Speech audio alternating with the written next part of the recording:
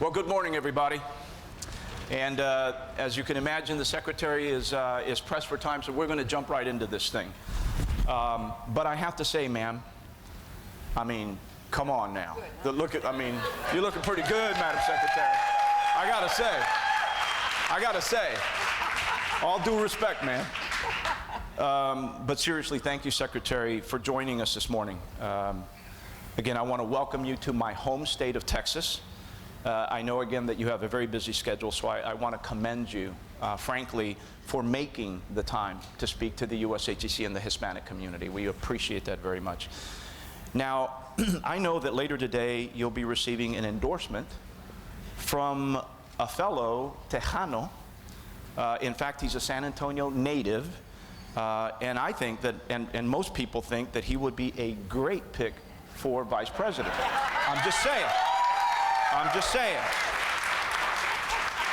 So not to put you on the spot, ma'am, but what do you think about considering Julian Castro as Vice President?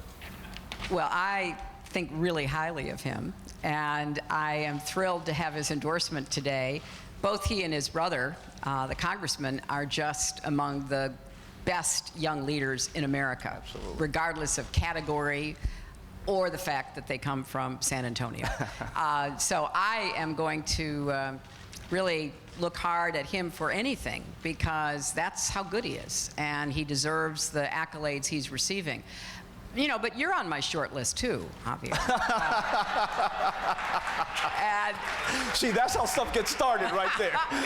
and it is his birthday, this one's birthday today. So, see, I'm already doing my research.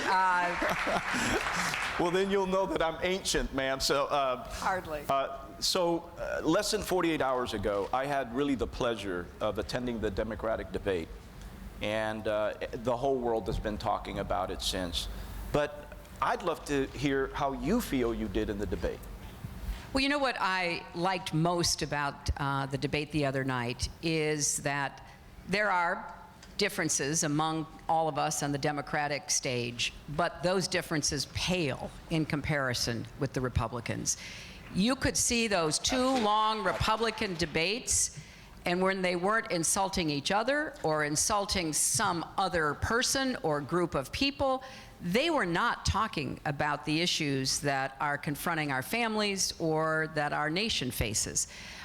So I was proud to be on that stage with Democrats who are focused on dealing with everything from how we're going to raise incomes, how we're going to make the wealthy pay their fair share, how we're going to make college affordable, how we're going to get the cost of prescription drugs down, all of the issues that we were talking about. So I came out of it, you know, very pleased that the country had a chance to hear an alternative to the prejudice and paranoia that we are hearing from the other side, led by their flamboyant frontrunner. But I would be quick to add that if you listen to all of them, they all, to a degree or so, sound like him. They just don't have the pizzazz and the hair, but they're making a lot of the same unfortunate points in their candidacies. Well, since it's the last day of Hispanic Heritage Month, let's begin by talking a bit about the Hispanic electorate. Now, in 2012, it's no secret that President Obama garnered about 72% of the Hispanic vote. And never before has the Hispanic electorate played such a pivotal role in electing an American president. And I believe that never again will an American president be elected without openly courting America's Hispanic vote. Consider that today in America, every 30 seconds, a Latino turns 18 and becomes an eligible voter. That's approximately 58,000 brand new voters every single month. And ma'am, that will be the case for the next 21 years in a row. So with all of that said, what is your plan to continue to engage the Hispanic community? And I think specifically, I'd like to hear how you think your 4 fights, as you call them, will help Hispanic Americans, as you say, get ahead and stay ahead. Well, I came to Texas 43 years ago to register voters, predominantly Hispanic voters. I worked in South Texas. I lived in San Antonio for 3 months, and I made friends of a lifetime. And so for me, this is personal. I have been in people's homes. I have worked with my friends from the community across the country on issues that we care deeply about. So I will continue to do what I've always done, which is to recognize the manifold contributions that the Hispanic community has already given to the United States, and knowing that with this extraordinary opportunity we have with, as you say, Javier, young Hispanics coming of age, taking their place in society and in the economy, of course, I would hope that they, like every young person in our country, would assume the most fundamental right of a democracy, and that is to vote. Obviously, I would hope they would vote for me, but I want them to vote, period. I want them to stand up and be counted, their votes and their voices.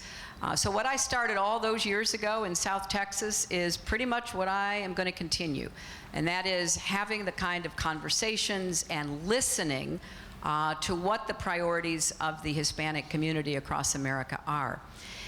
And in every area of this campaign where I have laid out my policies, I believe that they would certainly support Hispanic families, the creation of more good jobs, rising wages, improved education, dealing with health care and the costs that are still too high for too many families. So I know how important it is that my policies and my priorities reflect the real needs of the American people and not some ideology that is unconnected to the lives people are leading today. In particular, and I know we're going to get to this, because the chamber is so focused on business development, that's been a particular concern of mine, both as a senator and as Secretary of State. As a senator, I worked with a lot of small and medium-sized businesses in New York and looked for ways to, really support them in their growth. And since Hispanic started, Hispanic-owned businesses are the fastest growing in America. And the fact, which I love to say, is Hispanic women are starting more businesses than any other group at a faster rate. Then I am very focused on small business. My father was a small businessman, a very small business, but it provided a good living for our family. And I want to be the small business president, and I want to pay particular attention to minority-owned and women-owned small businesses to try to knock down barriers, create more paths forward for you to be successful. That will disproportionately help the Hispanic community because you are disproportionately creating more small businesses. And I want to see more success from the ground up and have more businesses, join the front ranks, join organizations like this. In fact, somebody told me this morning the very first Hispanic Chamber of Commerce was started right here in San Antonio, right? They're in the house. Right? They're in the house. And so this is not a new phenomenon, but I want to be a president who helps take it to a whole new level and create much more in terms of business success than we've ever seen before. Well, I have to tell you, Madam Secretary, you are the sixth candidate that we speak to. We've spoken to everybody from Ted Cruz to Bernie Sanders to Jeb Bush to John Kasich, and the list goes on. You are the first one to say that you will be America's small business president, and I appreciate that very, very much. God bless you for that. So let's talk about immigration, ma'am. As you know, Hispanics are not monolithic. In fact, some of our own polls with Hispanic business owners show that jobs, the economy, trade, national security, and energy independence are all important to our community. And we'll get to those in a bit. But on the issue of immigration specifically, our association views immigration reform as an economic imperative. And I know that you've taken a very progressive stance on immigration. Additionally, other candidates, including Martin O'Malley, who's been part of the Q&A series, pledged during his Q&A to expand President Obama's executive actions and pass comprehensive immigration reform within the first 100 days of his presidency. So my question is, What concrete commitments are you able to make on reforming America's broken immigration system? Well, first, let me say that I really agree with the point you were making in your question, and I want to repeat it publicly, because I think so much of this debate about immigration that is coming from the Republicans is really misguided and misinformed. And it's time somebody said what the facts are. Immigration is good for America. Immigration built our country. Immigration has provided a pathway to opportunity. I dare say that the vast majority of Americans, regardless of political affiliation, have an immigrant and a parent, a grandparent, or a great-grandparent like I do.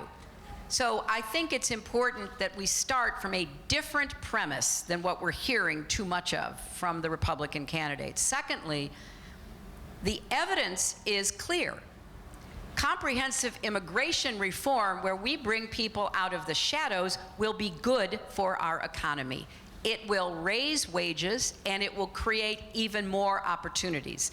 Now, when people of good faith, as opposed to just being partisan, say, wait a minute, we're worried that it might really depress wages and take jobs away from folks, that's not how it works. If we can get people who are hardworking people who are here, many of whom, as you know so well, have been here for decades, have raised their children, have contributed to their community, if we can get people out of the shadows, then our labor market will be more efficient, and the undocumented workers will not be exploited, which is what does drive costs, wages down.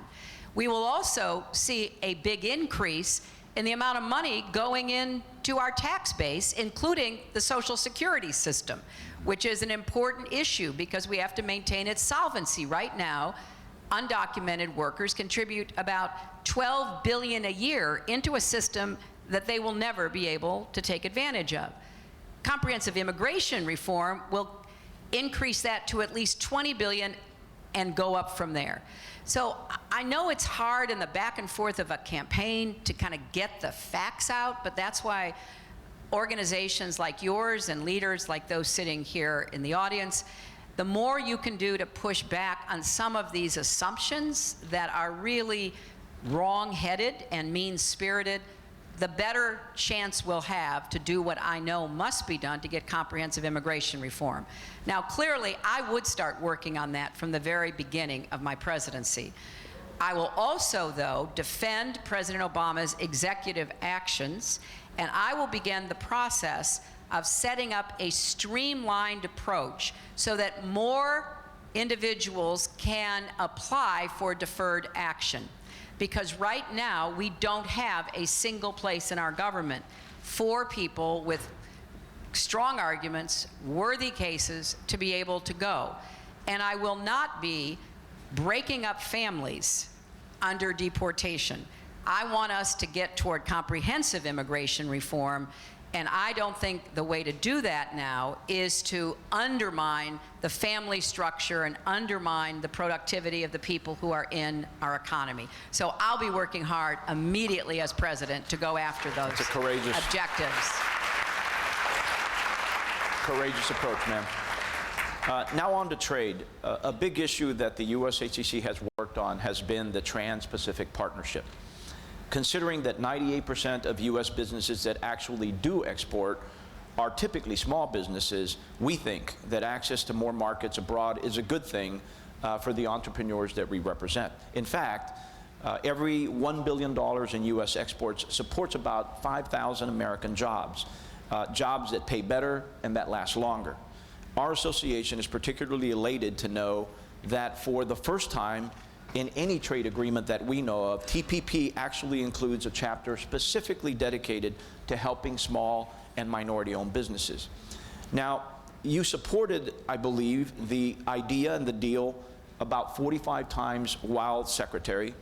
But last week, you said the following about TPP, and I quote, "As of today, I am not in favor of what I have learned about TPP," and you go on to say, "and I don't believe it's going to meet the high bar I have set."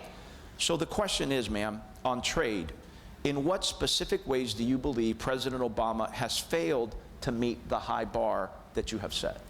Well, let me start by saying when I was Secretary of State back in 2012, I did say that I hoped this deal would be the gold standard.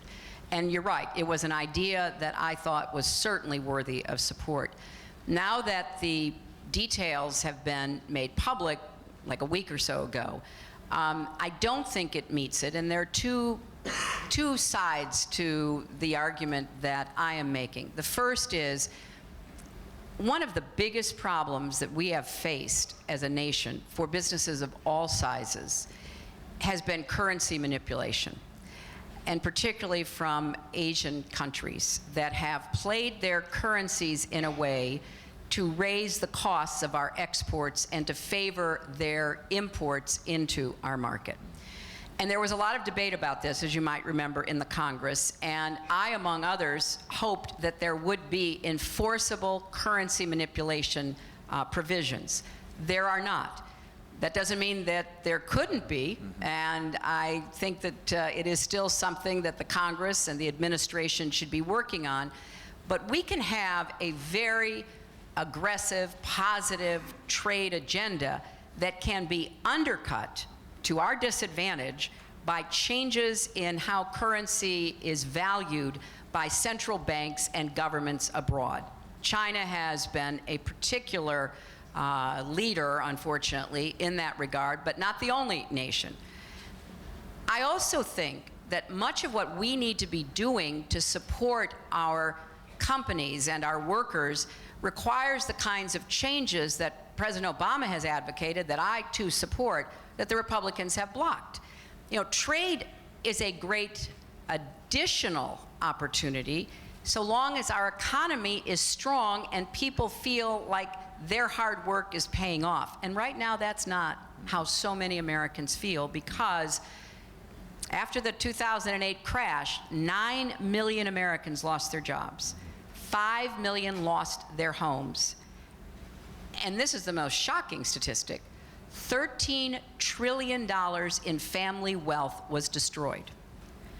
So although I give President Obama enormous credit for avoiding a Great Depression and digging us out of this ditch that we were in, we're not yet running, we're standing. We're not running. I want us to be running, and I want people to recover not only their jobs, but the dream of home ownership and begin to rebuild their wealth. And I don't want the Republicans to claim, wrongly in my opinion, that the answer to building a strong economy at home is only a big trade deal. I want to see them raise the minimum wage. I want to see them do more to support the Small Business Administration. I want to see them do more on job training, making community college free so that workers can improve their skills, and a long list of others. But I will say this, Javier, when I was Secretary of State, I worked with others in the administration. We increased exports by 50%. And we focused on small and medium-sized businesses that often don't know how to get into the global marketplace. So I would redouble those efforts. And I would do a lot more as the American government to support any business that thought it had a product to sell in the market. I want to just tell you a quick story. When I was senator from New York, I spent a lot of time trying to help small and medium-sized businesses grow. And if you've been to New York, it's not just New York City. You know, it's a big state going all the way to Canada, lots of poor communities, lots of people who were just barely getting by. But a lot of them were producing goods and services that they couldn't get into the global marketplace because nobody had ever said, hey, how can we help you? So my office helped them set up websites. My office helped them open doors to government procurement. We had a huge meeting with all the government agencies, particularly DOD, about how small businesses could get in the door. I want to do more of that. And my favorite example is I had an annual farm day, because people don't even know that New York has farms. And so I would bring all of these farm products, and we'd have a big display, and people would sample them. And there's a little tiny company that makes great ice cream. And it was positioned next to one of the wine companies that makes their wine in New York. And and people would come and they'd stay and they'd have a good time. And so later on, somebody was taking the wine and pouring it onto the ice cream. and saying, this is really good. And pretty soon there was a big line, people taking the wine and pouring it on the ice cream. And they created a new product, wine ice cream, that they now export with our help to half a dozen countries. So one size doesn't fit all. We need to go at this issue of growing businesses and growing exports from many, many different angles, and that's what I will do. Certainly your track record on small business and the support you've given it historically speaks for itself. Thank you for that. But just to make sure that I understand, it's not TPP per se, but rather the loopholes that still exist within TPP that allow for currency manipulation that you're having an issue Yes, with. that and the pharmaceutical provisions, which I think do more to protect big pharma than they do patients and consumers, and the fact that the other half of the equation, like how do we build up folks at home to be successful so that they can compete in the global marketplace, is just unaddressed by the Republican Congress. So, you know, I don't know when this trade deal will get to the Congress because there's a lot of loops it still has to go through. But I am talking publicly about it because I do think the Republicans will support it. But I would like to see them do more to help American workers to be more competitive, to take advantage of whatever trade opportunities are out there. So you're evolving on the issue?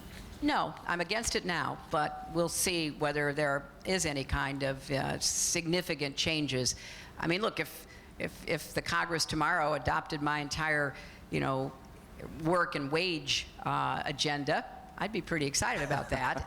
But I think that'll have to wait till I'm actually there as president. Fair enough, man. On to small business, let's talk a little bit about Hispanic businesses specifically. Hispanic-owned businesses now total over 4.1 million in this country, and they are at the forefront of American economic growth. We're starting new ventures at a rate of 3 to 1 when compared to the national average. And to your point, it's Hispanic-owned businesses that are owned by Latinas who are at the very tip of the proverbial spear. Our businesses collectively contribute over $661 billion to the economy every year. My question is, as president, how would you continue to spur the growth of all American businesses, but specifically for this audience, specifically Hispanic-owned businesses? Well, I've got a number of ideas about this. One of my longtime friends and advisors, Jose Villarreal, is over there leaning against the door. And he was part of my effort in the State Department to build up the connections between Hispanic businesses in our country and marketing and partnering opportunities in Latin America. You know, it was part of my diaspora strategy because I think we should be doing more specifically to help Hispanic businesses find more markets with the growing middle class in Latin America. And that takes a concerted effort. It doesn't happen by accident, to go back to what I was saying, opening more doors, holding more, you know, trade meetings and seminars and conferences so that businesses can make connections with potential opportunities with partnerships and franchises and other ways of building businesses here. So that's something I started in the State Department, and it was the germ of an idea that I think can go much further.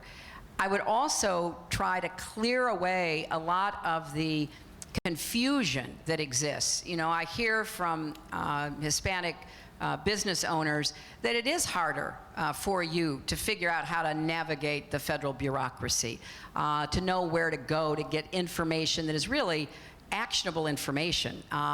What kind of websites are needed? What kind of online applications could be available as opposed to having to jump through, you know, a bunch of hoops? So I want to work with a task force, work with the chamber, Javier, to get very practical suggestions about how do we make it easier for you to start businesses, to find credit for businesses, to apply to the SBA, to find partners like community development funds, to be able to, you know, understand everything that's out there and to provide more mentoring. You know, the biggest concern that I hear often from small businesses, you have a great idea, you got the hard work, you're willing to put in the sweat equity, but you might not have the business experience to be able to translate all of that into an ongoing concern. How do we do more to help, you know, small businesses share expenses for necessary goods and services. For example, lots of times a small business can't on its own afford, the tax work that is necessary to get up and going, to work through all of the questions that you face at the local level, the state level, let alone the federal level.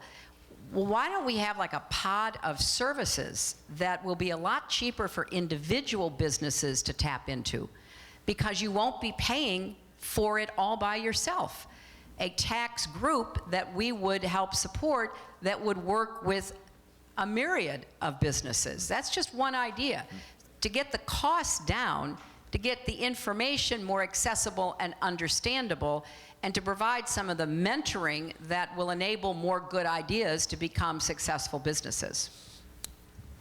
At the USHCC, we're very focused on empowering women and ensuring that they have the necessary resources, networks, experiences, and training to continue to lead in terms of small business growth. And as a consequence, we've looked at gender equality in a much broader context. And I want to talk to you about something that's been problematic, and I've asked this of all of the candidates because I think it's critically important. In terms of gender equality, I want to specifically focus on women's wages. Domestically, women's wages in the United States continue to stubbornly lag behind men's. While doing the exact same job, a woman generally earns about 70 cents on the dollar when compared to men. And Hispanic women are earning closer to 60 cents on the dollar. To address this disparity once and for all. Well, this is one of the major, yes, let's give a round of applause for the question. This is one of the major planks in my economic platform. We cannot grow the economy and get wages rising unless we end the unequal pay that women in the workplace are still suffering under. And I say this not just as a woman who's worked on behalf of women's rights here at home and around the world. I say it as somebody who has studied this closely. And I understand that one of the biggest potential opportunities we face to getting incomes up, to growing the economy, is to ending this wage inequality. Now, why does it exist and why does it persist? Well, some of it, let's be honest, is just good old-fashioned discrimination. A lot of women in the workforce are just taken advantage of by their employers. And then it is perpetuated because the laws don't crack down on employers who intimidate their workers into not sharing information about their wages and threatening retaliation if they do. How do you know you're not being paid equally if you can't get information about what your work colleagues are being paid for doing the same job? The most famous case of this was the Lilly Ledbetter case, a woman who worked her way up from the factory floor to become one of the foremen on the assembly lines. She was the only woman. She didn't know for years that although she was doing exactly the same job and had more experience than some of her colleagues, she was being paid less. I had a young man in New Hampshire come up to me just last week and to say, I want to tell you why I'm supporting you. And I said, well, thank you. Well, why?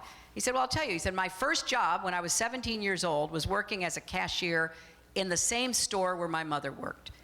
My mother, he said, had worked there for 4 years as a cashier. He said, I started that job. I was pretty proud. It was my first formal job. At the end of the pay period, I came home with my check and I proudly showed my mother, and she quickly realized I was being paid $1 more an hour than she was after having been there for 4 years. Now, that is unfortunately too common a story still today. And too many women who are either helping to support their families or the sole support of their families are afraid to ask questions and raise this issue. That's why we need to crack down on employers from the federal level through the Department of Labor, why we need to incentivize state and local governments to do the same, and why we need to change the laws so that if you do ask the fellow standing next to you, what do you make an hour? You're not going to get fired for it. How can you negotiate or request or demand more pay if you don't even know you're being mistreated and you're being discriminated against? This is a problem across the world. This is not just an American problem. But when I was Secretary of State, I made the case that every country could raise their gross domestic product if they got more women into the workforce and they paid them fairly. So this is a big deal for me, and I'm delighted that you are asking about it, because I think too many people view it as a woman's issue as opposed to what it truly is. It's an economic growth issue, and it will be great for the American economy when we finally close that gap. In fact, it would add $851 billion to the American economy if we just brought women's wages up to the. So on to race relations. First, I want to begin by commending you for your long-standing track record on promoting civil rights. Like you, the USHCC believes in the fair treatment and inclusion of all communities. And I salute the Black Lives Movement for raising this issue to the high priority that it now is, so that we're finally talking amongst ourselves, mayors, members of Congress, governors, police chiefs, everybody is having to figure out what do we need to do to tackle these inequities within the criminal justice system and to end the era of mass incarceration. I think it's important that we work on this in partnership. President Obama's Policing Commission just issued a report with a number of very good recommendations that I think any local police department or state should be looking closely at how to implement. It goes beyond that, however. You know, we have to ask ourselves hard questions about how we treat each other. And frankly, some of the really harsh, inflammatory language coming from the Republican candidates about Hispanics has just added to the ongoing problem we face that it's okay still in America to be condemning groups of people with this kind of rhetoric and opening the door for those who then feel somehow free to not only speak in pejorative terms, but even to act in a way that is prejudiced and hurtful. So we do have to make changes in policy, but we also have to make changes in attitudes. And we have to call people out when they engage in the kind of language that too often gives cover to those who want to act in a biased way. I don't think this is solved overnight, but I think anyone in a position of leadership in the public or the private or the not-for-profit or the faith communities in our country does have a responsibility to call people out when they say Mexican immigrants are drug dealers and rapists. Somebody needs to say, basta. Stop it. Enough. Don't do that. And so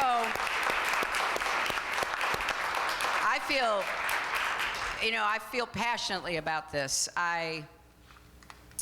The first time I ever had the opportunity to be around Mexican migrants was when I was about 11 or 12 years old. And my church asked girls my age to babysit the little children while the older children went with their parents to the fields on Saturday. It's hard to remember. I grew up in Chicago. Well, a lot of fields in those days. And the workers would come from Mexico through Texas, through the Middle West, up to Chicago, ending up in Michigan to pick the crops. And I remember going out to this encampment where the workers lived and looking after the small children. And at the end of a long day, there was an old ramshackle bus that was coming down the road, and it stopped at the end of the dirt road that led to the encampment. And when those little children saw that bus, they started to jump up and down because they knew their mothers and their fathers and their aunts and their uncles and their big brothers and sisters were coming home. And as soon as the door to the bus opened, those little children just started running down that road. And the parents, as tired as they were bending over and scooping them up. And I remember saying to my mother when she picked me up, you know, they're just like we are. They're just families like we are. And I remember running to my father's arms when I was a little kid, when he would come home from work. Somehow we have lost the connective tissue that is built by common experience, where we see one another for the human beings that we are. We put ourselves in each other's shoes. You know, one of my dear friends is the daughter of a migrant farm laborer from California who was able to get an education, get a law degree, but she remembers what it was like, and it wasn't that long ago. So for me, this is, yes, about changing policies, calling people out on hateful rhetoric, but it's also about rebuilding bonds between us, whether we are living in big cities or small towns, where we see each other again, where we respect each other's dignity again. And as president, I will do my best to model that, to encourage that, and to support that in every way that I can. Well, ma'am, I'm afraid that we are out of time, but I don't want to miss the opportunity to tell you that you happen to be sitting right next to an ex-migrant farm worker, the son of Mexican immigrants, the youngest of 10, English as a second language kid, former high school dropout, and I am immensely proud to be seated right here with you. Bienvenido a Texas. Ladies and gentlemen, please help me thank Secretary Hillary Clinton.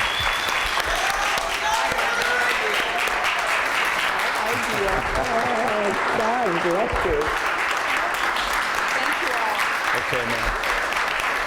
I think we're off this way.